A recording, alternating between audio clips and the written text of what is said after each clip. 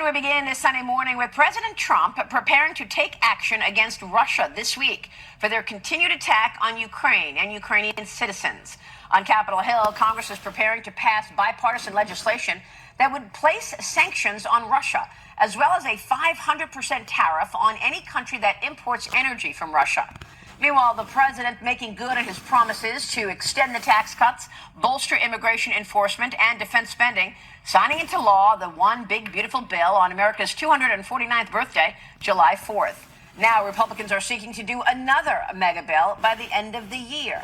Joining me now in the Sunday Morning Futures exclusive is the Speaker of the House, Mike Johnson. Mr. Speaker, thanks so much for being here this morning.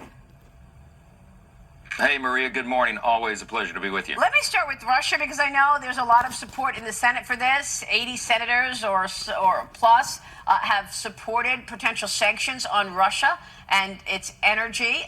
Would you take that up? Would you take that to the floor? I would. I think there's a big appetite for that in the House as well. I think tough sanctions are called for. I mean, Vladimir Putin has shown an unwillingness to work with President Trump to bring an end to this unjust war on Ukraine. And we got to talk tough and we got to act tough. That's what he responds to. He's a bully, and if you don't treat him as such, then he'll continue to run his rampage through Ukraine. And we got to bring an end to that. We need peace in this conflict. It's long overdue. And of course, part of the money being allocated toward defense, an increase there, is in the big, beautiful bill. Congratulations to you for getting that over the finish line in the time that you promised, July 4th. The president signed it into law. Tell me how that money will be allocated with regard to defense. What do you want to see happen? Well, look, the big, beautiful bill was a landmark achievement. America First is no longer just an agenda. It's now the law of the land. And to your point, the big investment there was in border security and national defense.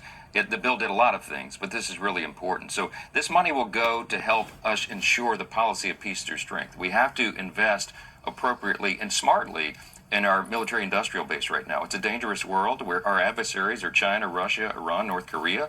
They've united together in so many ways, and we're showing everybody around the world, like that little clip you just showed from Prime Minister Netanyahu, that America's back, and that strength is what is going to maintain the peace. So these investments are important. It's in naval vessels and ships, in our new kind of warfare. And by the way, there's an investment here in the Golden Dome, which will help us have real security in our homeland. So lots of things here, very strategic. We're spending the money efficiently and effectively. That's what the American people demand and deserve. And of course, you and your colleagues were also able to stop what would have been the biggest tax increase that anyone has